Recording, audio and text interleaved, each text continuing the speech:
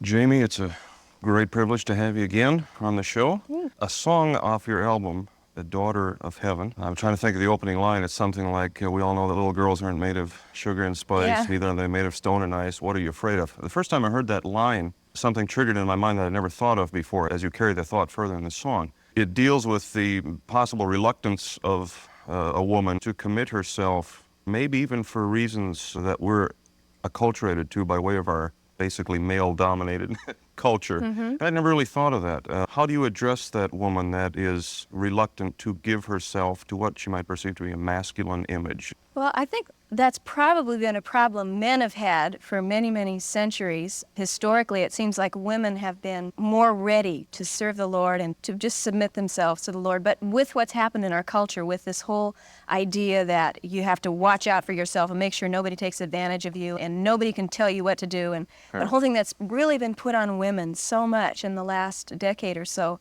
I think women probably are having to deal more with that. But in the end, man or woman, we really need to acknowledge that God is God and we're not.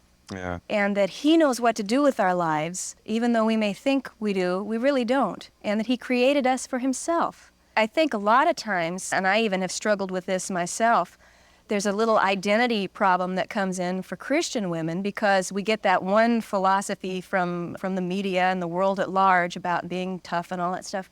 But on the other side, I sort of got the idea from somewhere in the church that a real Christian woman doesn't really have a lot to contribute. She can fix the food for the potlucks, and that's about it. That's the Yes. extent of it. She should just stand there and look sweet, and that's it. Yeah. And I just don't think God would have really wasted His time creating someone just to look sweet. He's called all of us, men and women, to be disciples of Jesus. And we get awfully hung up in how we go about doing that, and that one pastor is of more worth than a mother or that kind of thing. And I think in the end, for myself, I'm realizing I just have to find out what it is God wants me to do and do that. And I don't have to prove anything to anybody or worry about what somebody else may think of it, but just do whatever God's called me to do.